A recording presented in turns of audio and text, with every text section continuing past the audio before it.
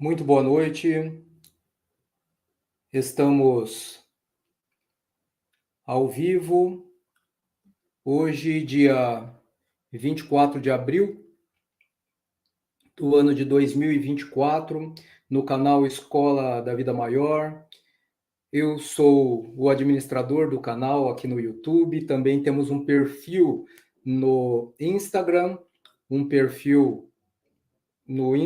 uma página no Facebook com o mesmo nome, Escola da Vida Maior, e também temos um site, o site escoladavidamaior.com. Eu, antes de tudo, solicito a você que está nos assistindo agora para que colabore com o nosso canal de forma bem simples. Não custa nada, basta se inscrever no canal, curtir e compartilhar esse nosso vídeo e também visitar nossa página no Facebook, perfil do Instagram e também o nosso site recomendando estes canais de mídia para os seus amigos, para seus parentes e que você também seja sempre bem-vindo. Hoje nós acabamos de fazer uma live no Instagram sobre o mesmo tema. O tema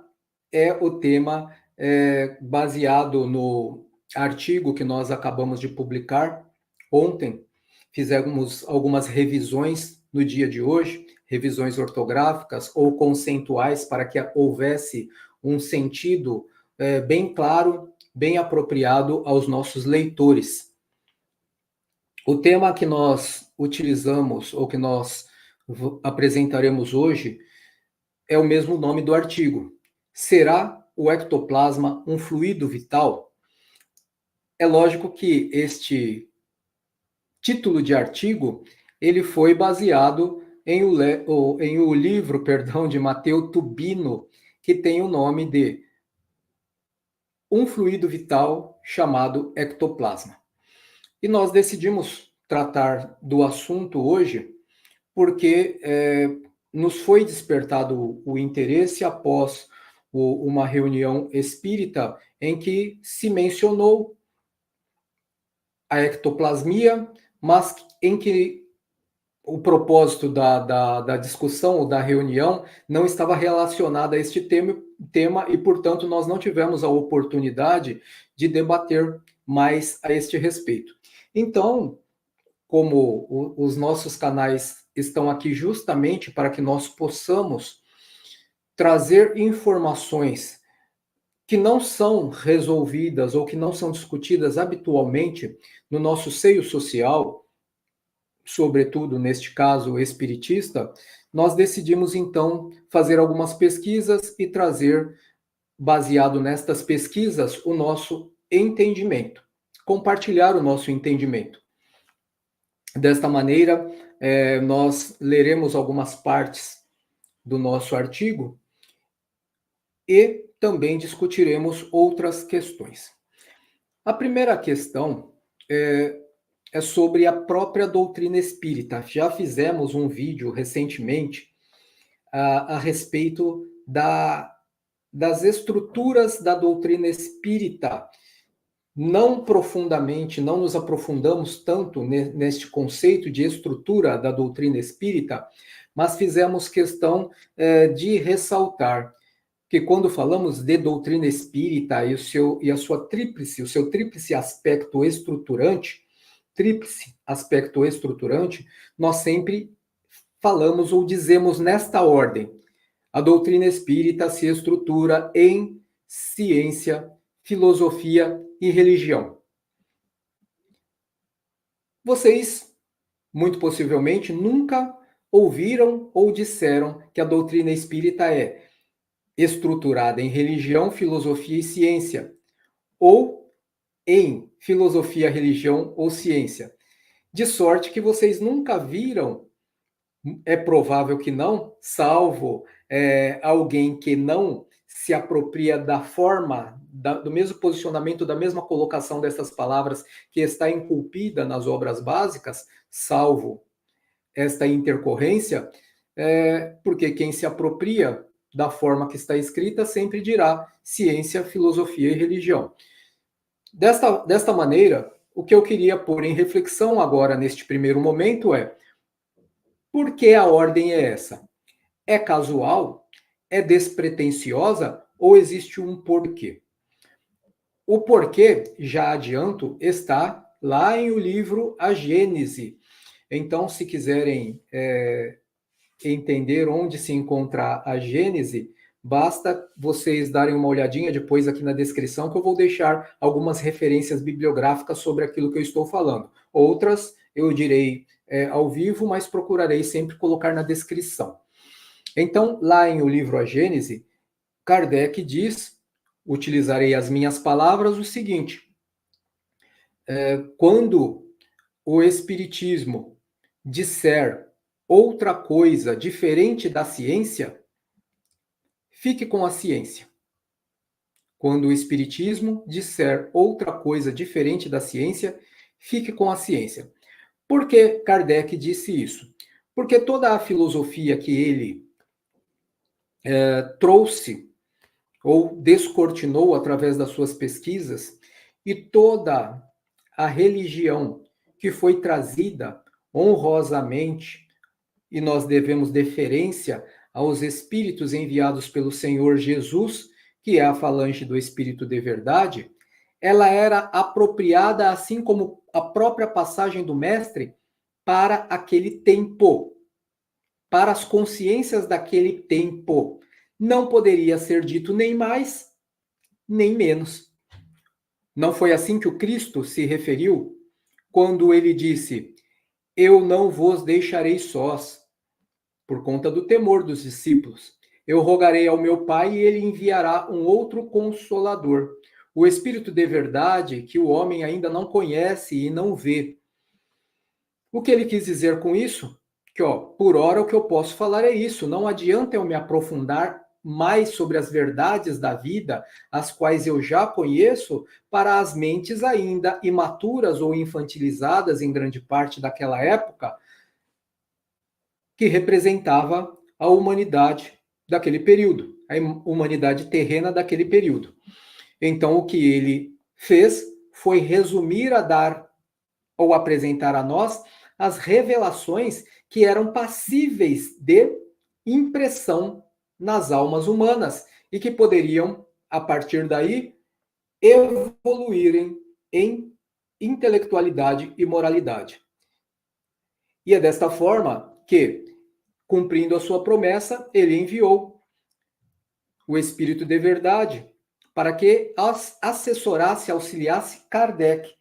E Kardec, ao seu turno, disse a mesma coisa que Jesus, em palavras diferentes. Ele disse que se o Espiritismo mostrasse alguma coisa diferente da ciência, que ficássemos com a ciência. Simplesmente porque a ciência representa poderíamos dizer assim, os aspectos ou a ferramenta de evolução da humanidade. Evolução tanto no campo intelectual quanto no campo moral, evolução consciencial. E isto é muito importante compreender, visto que uma das leis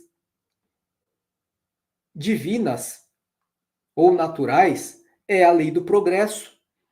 Portanto, entendemos que a impermanência é um estado natural da vida.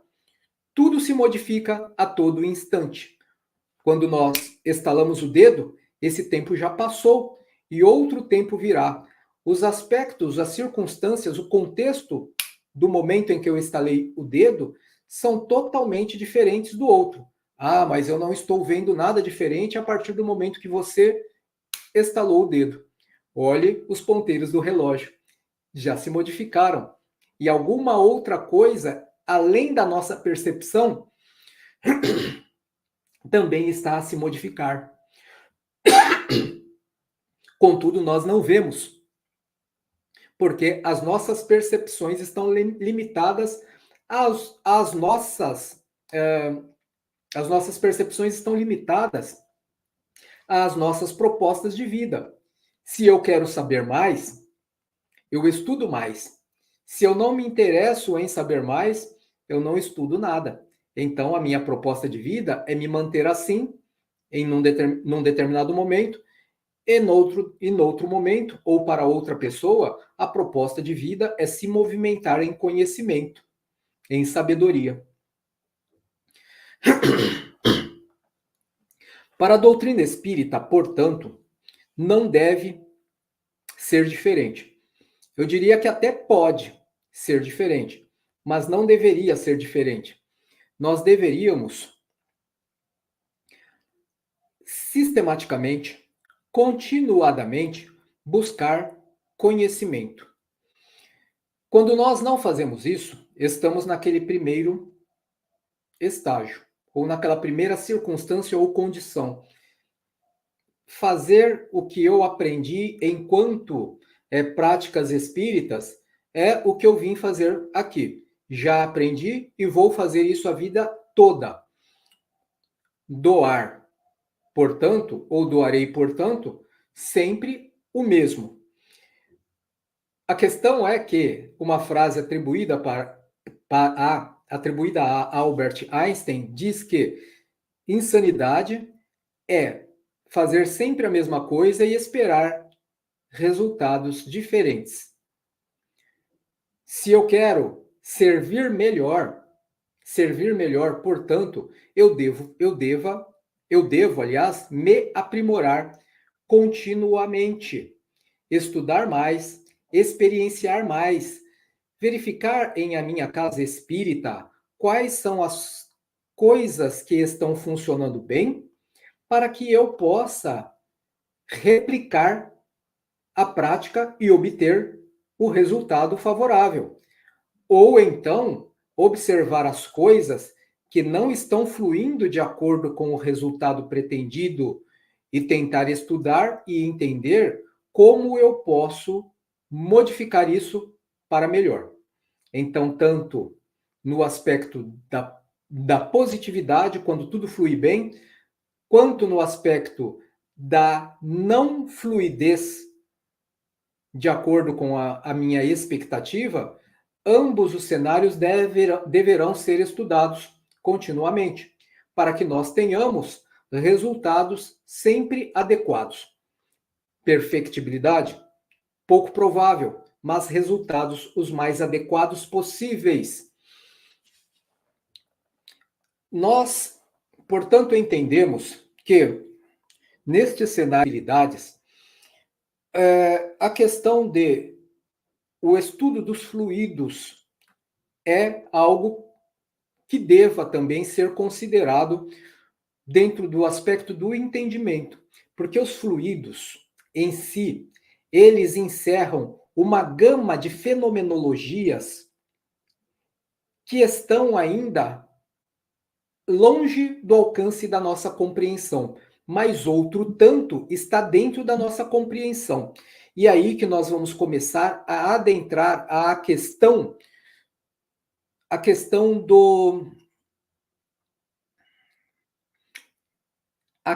da necessidade de, às vezes, adequarmos as nossas práticas espiritistas. Vamos começar dessa forma. Houve um tempo em que Kardec fez suas pesquisas. No tempo atual, poucos pesquisadores hão. Aguardamos que os resultados dos pesquisadores puramente envolvidos com a ciência nos tragam uma sorte de informações que possam coadunar com as nossas práticas espiritistas. E daí nós falaremos. Joia! É o que acontece na doutrina espírita, nas terapêuticas espíritas, é o que eu estou fazendo. Todavia, o foco principal destes pesquisadores não é a terapêutica espírita, mas eles mostrarão, através da física e da química, que alguns fenômenos que nós presenciamos, que nós não nos preocupamos em entendê-los, que eles se relacionam com determinada descoberta de cunho científico. Se eles não estão, portanto, fazendo suas pesquisas voltadas à melhoria da terapêutica, isso indica que quem deverá fazer a pesquisa visando a terapêutica ou a otimização da nossa terapêutica seremos nós. Mas desde quando nós entendamos que não, eu estou fazendo isso há 30 anos, 40 ou 50 anos e é assim que se faz. E é assim que eu tenho bons resultados. Excelente. Continue com os bons resultados, mas nunca se esqueça que da totalidade dos atendimentos terapêuticos que você realizou, nem todos resultaram de acordo com as vossas expectativas. Isso é um fato. E quais são os resultados que você se lembra? Eu me lembro do Joãozinho, da Maria, do Pedrinho, do Carlos, do Eduardo, que disseram que após a terapêutica espírita, eles se redescobriram, estão muito melhores. Saíram de processos obsessivos ou às vezes de perturbações orgânicas para um estado muito melhor. Quando chegaram à casa espírita, eram uma pessoa. Hoje são outras totalmente transformadas. Mas por acaso você se lembra do Aniceto, do Francisco, da Eleonora e de tantos outros, às vezes, dependendo do tempo em que você está nessas práticas, que chegam aos milhares, cujos resultados não foram satisfatórios, ou pelo menos não foram os resultados que você ou eles esperavam? Provavelmente não, porque essas pessoas se afastaram em determinado momento e este afastamento foi decorrente de várias coisas.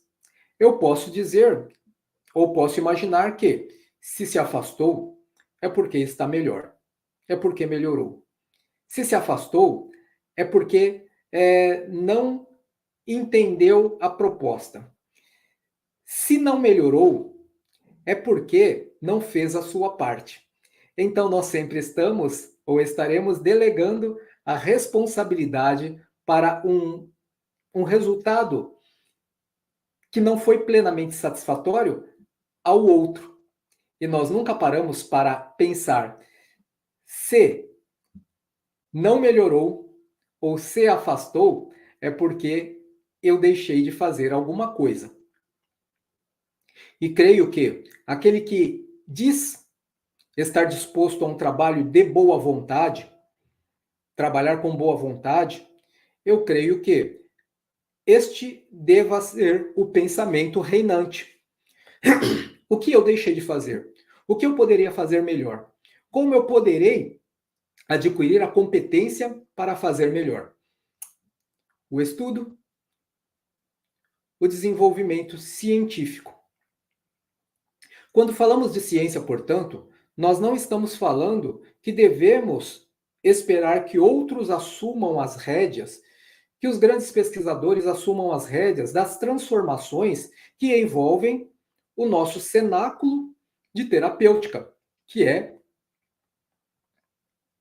não tem um condão estritamente científico, mas que associa a ciência à moral através da filosofia, através da religião.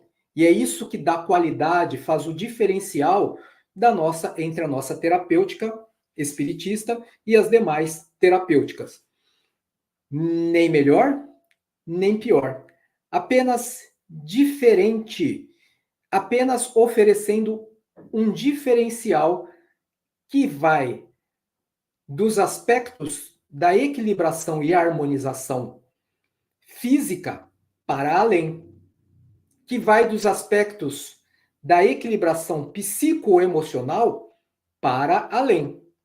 Dentro deste princípio, este diferencial poderia até qualificar a nossa terapêutica como a melhor terapêutica, mas ela não pode ser sempre a mesma metodologia, simplesmente porque devemos contar com a impermanência.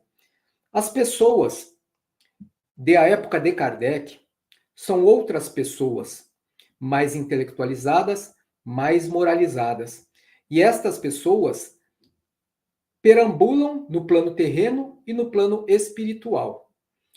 Muitas pessoas, contudo, não são mais moralizadas, mas certamente são mais intelectualizadas. Talvez algumas não. Mas considerando que estas pessoas não moralizadas são mais intelectualizadas, até mesmo os processos obsessivos se modificaram. Na época de Kardec, certamente as pessoas que buscavam as suas vinditas quando retornavam à pátria espiritual, o faziam sobre os seus alvos encarnados de forma puramente brutalizada, querendo, enquanto espírito, apertar a garganta de o encarnado para que ele sofresse, sentisse o peso ou a força de suas mãos. Hoje, certamente, não mais. Hoje, certamente, os nossos companheiros fazem, de acordo com o seu conhecimento e a sua intelectualidade, uma uma ordem variada de práticas para promover a desequilibração do indivíduo encarnado. Sim, são processos puramente hipnóticos de indução mental, são a manipulação com especialíssima, digamos assim, dos fluidos para atingir e degenerar as estruturas bioenergéticas e fisiológicas do companheiro encarnado. São arquitetando, junto com outros espíritos, uma série de fatores para vergastar a saúde física, a saúde psíquica e emocional do indivíduo encarnado.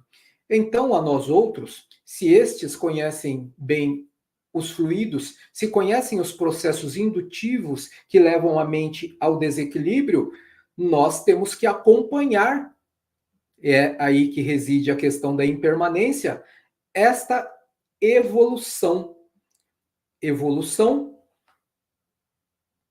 para as práticas na contramão das propostas de Jesus. Então, tudo evolui em algum sentido. Comumente nós costumamos a dizer que Deus nos criou para evoluir, por isso que eu sempre digo que não, Deus nos criou para ser felizes. Como bom pai que o nos criou para ser felizes, porque a felicidade representa um aspecto único e desejável por todo o inconsciente coletivo, e é um aspecto que exige direcionamento único. A evolução, portanto, representa o caminhar para alguma direção, e nem sempre é a direção da felicidade. Eu posso evoluir nas minhas práticas de corrupção, posso evoluir na minha enfermidade, aquela doença está evoluindo. Tá? Ela não está regredindo. Então, só para deixarmos claro isso. Nós, portanto, enquanto espiritistas, devemos nos colocar, assim como Kardec, como experimentadores sistemáticos e constantes, buscando sempre conhecer algo diferente. Só que nós estávamos a dizer que o nosso tema hoje seria ectoplasma. Será o ectoplasma um fluido vital? E esta introdução foi necessária para entendermos que, se no plano astral nossos companheiros também estão mexendo com estes fluidos, como que nós nos posicionamos diante de um fluido vital chamado ectoplasma? No passado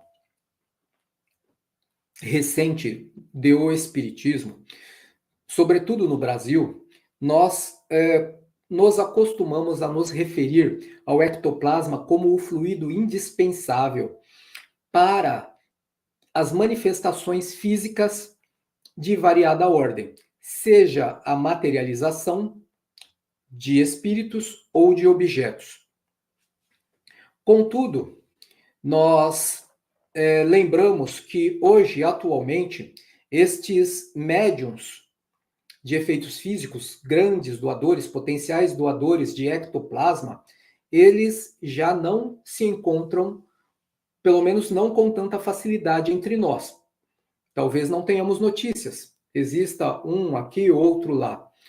Mas nós não vemos mais falar de efeitos desta natureza, manifestações de espíritos, manifestações físicas, materializações, aliás, de espíritos e de objetos com tanta frequência. Não desapareceu certamente, mas não com tanta frequência. Acontece que nós tínhamos que o ectoplasma era o elemento que naturalmente fazia com que houvesse estas manifestações. E nós vamos fazer algumas correções baseado naquilo que nós pesquisamos. Não, essencialmente não é o ectoplasma o único elemento a prover tal ordem de manifestações.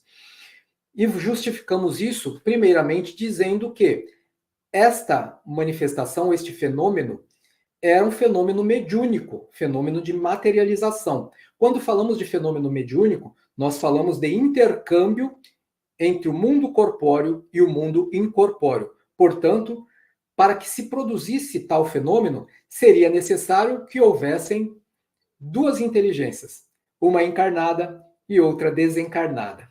E cada uma delas tem um papel fundamental.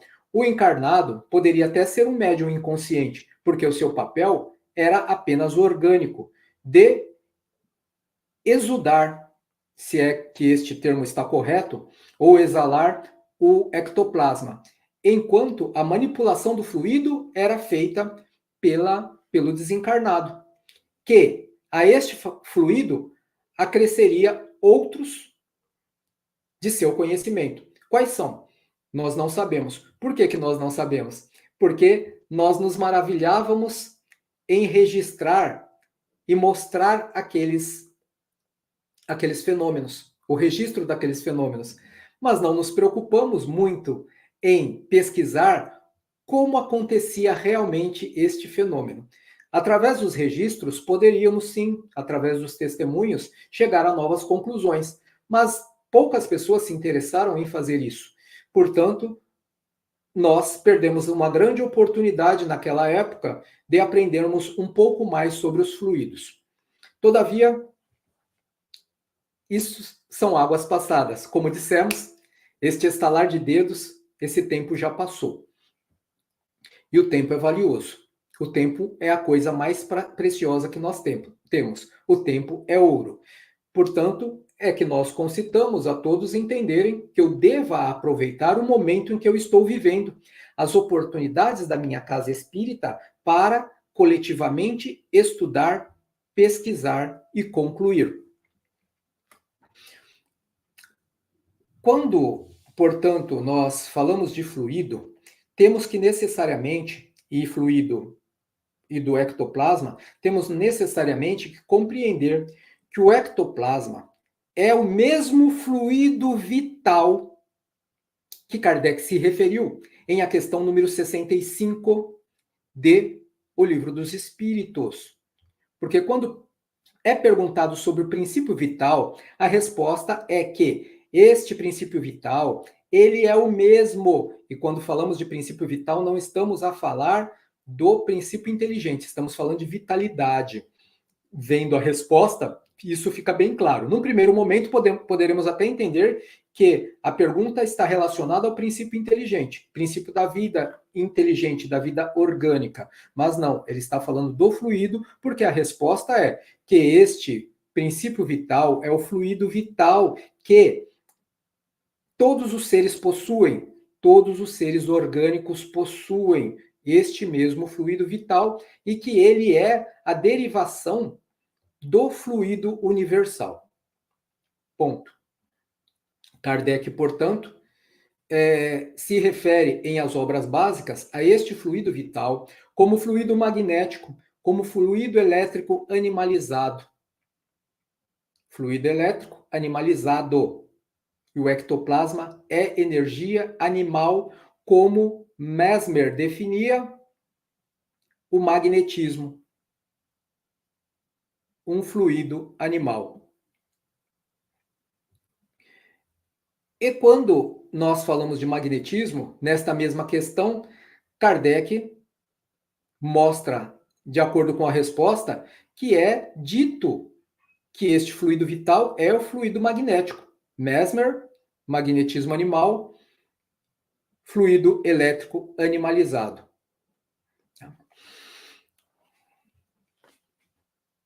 Assim, nós temos que compreender que o título do livro de Matteo Tubino faz muito sentido.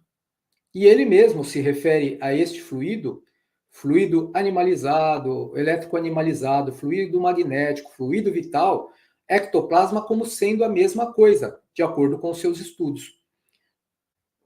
Tubino, dentro da sua área de conhecimento, e Charles Richet, médico fisiologista, dentro da sua área de conhecimento, foi quem cunhou com exclusividade o termo ectoplasma.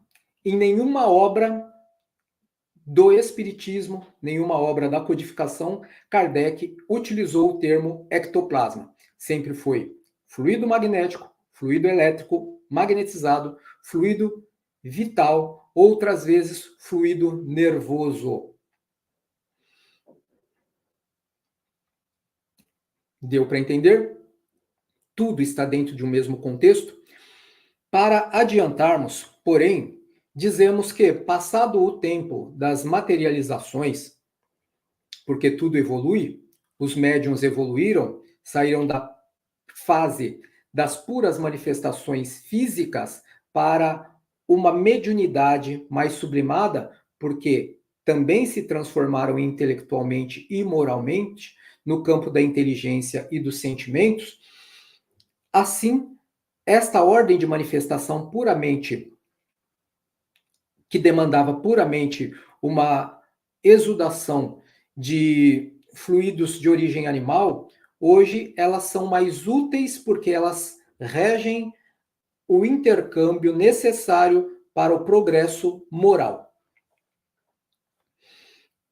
Médiuns aprimorados.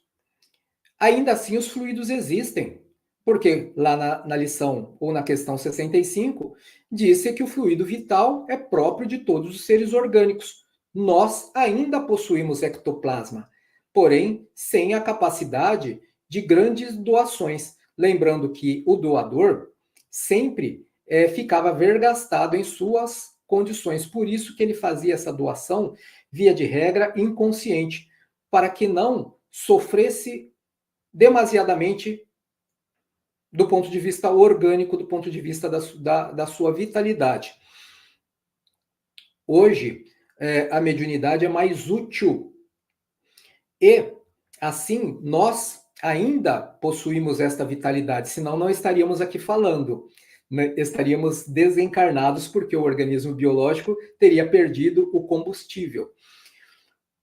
Mas o intercâmbio é mais útil, como nós já dissemos, e por isso nós utilizamos esse ectoplasma para outras coisas ou para outros tipos de prática mediúnica mais interessantes.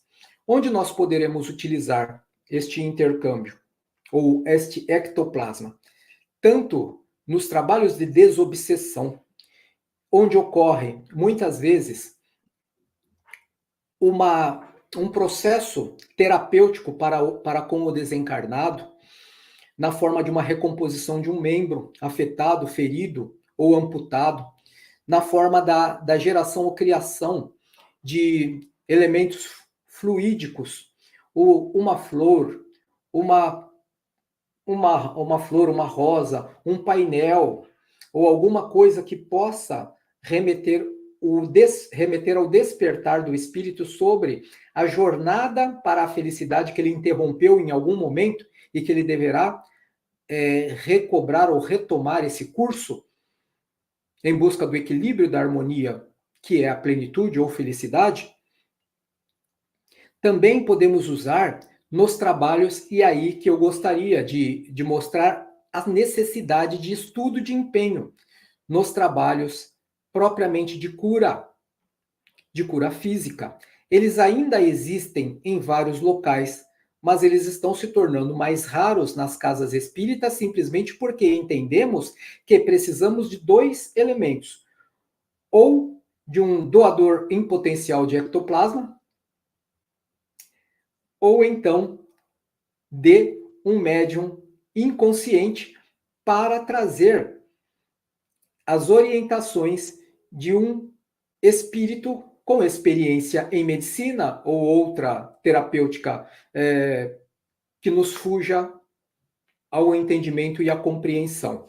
E não, nós temos em o Evangelho segundo o Espiritismo e a lição mediunidade gratuita, que fala em determinado trecho que, deixa eu ver se eu acho o trecho aqui para ficar mais fluido, o que eu quero dizer, mais inteligível, fala o seguinte.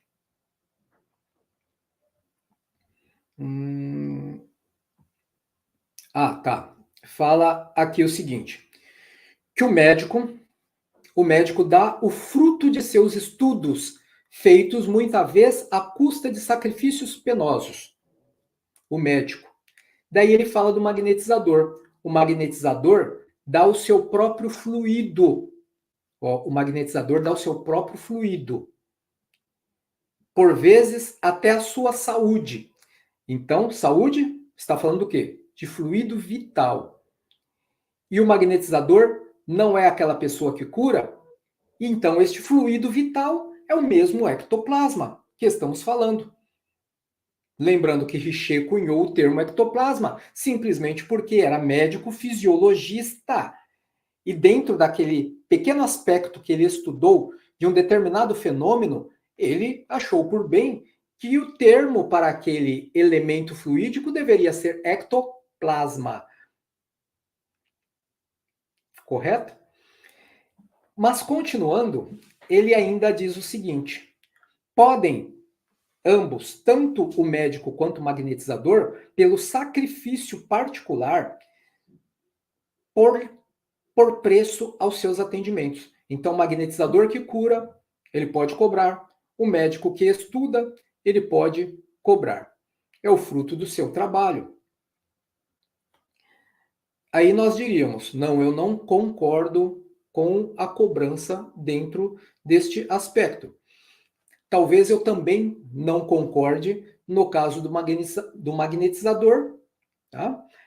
E talvez eu também não concorde integralmente no caso do médico, porque eu sempre acho que nós podemos, em algum momento, doar alguma coisa e não só oferir lucro na totalidade, absolutamente. Temos lá a lição de André Luiz, que foi lembrado quando em nosso lar, apenas por uma única pessoa, a pessoa a quem o seu esposo foi atendido por André Luiz gratuitamente enquanto ele estava na Terra. Então, olha a importância de darmos alguma coisa também, sem esperar retribuição. Mas aí é que entra a questão de nosso interesse. Ele diz que, quanto ao médium curador, nós que podemos ser médiums curadores, este transmite o fluido salutar dos bons espíritos. Olha, ele não está falando de ectoplasma. Médium curador transmite o fluido salutar dos bons espíritos. Este não tem o direito de vendê-lo. Jesus e os apóstolos, que também curaram, ainda que pobres, nada cobravam pelas curas que operavam.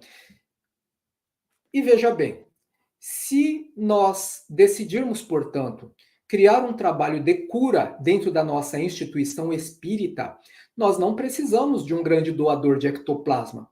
Também não precisamos de um médium que intercambie com um espírito com conhecimentos de medicina. O que basta é que nós conheçamos práticas terapêuticas, que conheçamos a fisiologia do corpo e da alma, que conheçamos a anatomia do corpo e da alma, que estudemos fluidos, energia e matéria. Dentro destas áreas de conhecimento, nos propondo de boa vontade ao trabalho, nós poderemos muito bem coletar informações através dos estudos de casos sobre aquilo que ficou muito bom, resultados satisfatórios, ou sobre aquilo que ou não ficou absolutamente satisfatório ou que ficou parcialmente satisfatório. Estes estudos de casos renderão uma amplitude na forma como nós enxergamos a vida. Como nós enxergamos a vida. Deixa eu só mudar a tela aqui. Tá, mudei para mim. Como nós enxergamos a vida, como nós enxergamos as metodologias, como nós enxergamos as terapêuticas. Logo, em se tratando de metodologias, quando as coisas fluírem bem e nós procurarmos saber por que que deu certo, e isso é importante, o porquê. É a pergunta fundamental, o porquê. É até um capítulo do nosso livro Vida Desperta com Reiki, que nós colocamos assim, a pergunta fundamental, e discorremos sobre a necessidade dos questionamentos próprios e os questionamentos que nos remetem à interação com o meio. Então, quando as coisas fluírem bem, por que fluiu bem? Porque eu preciso saber para que eu possa replicar o bom resultado. Se as coisas fluíram parcialmente ou absolutamente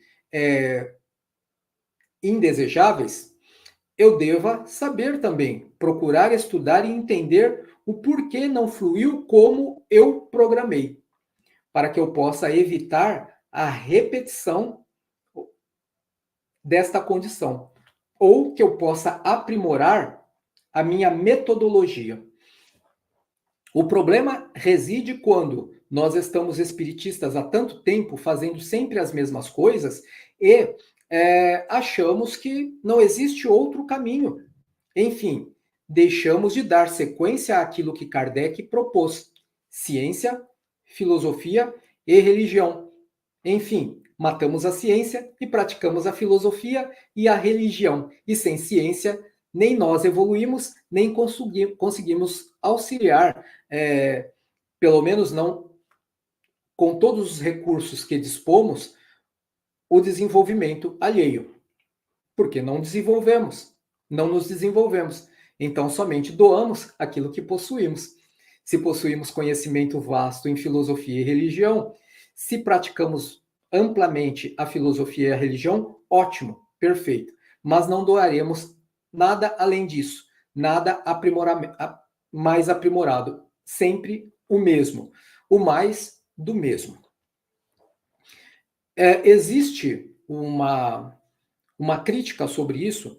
Em absoluto. Isso não é uma crítica, é uma proposta de despertar individual para que o indivíduo auxilie o despertar coletivo. Apenas isso. Mas que nós não seguimos a trajetória de Kardec porque abandonamos a ciência, esperamos que os homens voltados puramente à ciência que resolvam as questões que são nossas, de aprimoramento da terapêutica espírita, e eles não o farão.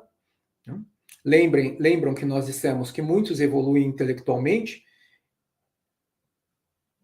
também moralmente, mas nem sempre isto acontece no mesmo curso, no mesmo passo. Desta forma, o interesse destes homens não será sobre as nossas terapêuticas, será sobre a sua projeção no cenário científico, será sobre a sustentação de suas teses no cenário científico, e nunca será dentro daquilo que nos compete enquanto espiritista, enquanto trabalhadores da última hora, que é auxiliar a humanidade para que o seu despertar, e este despertar precisa necessariamente contar com a sustentação do equilíbrio e da harmonia, e nisso colocamos como fundamental aprimorarmos as nossas técnicas ou práticas, a nossa metodologia terapêutica.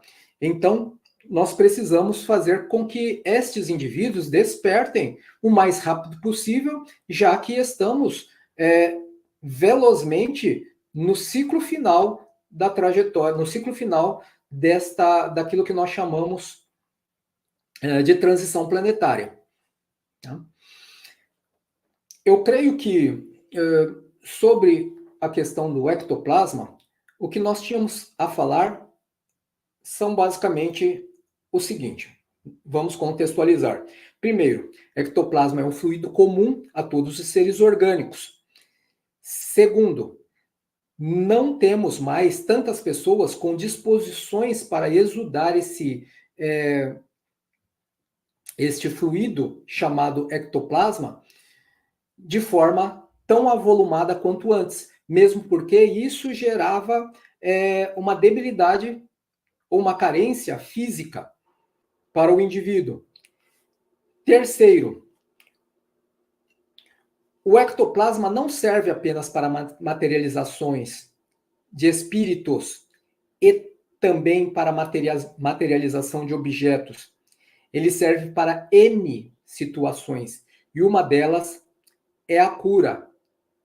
Tá?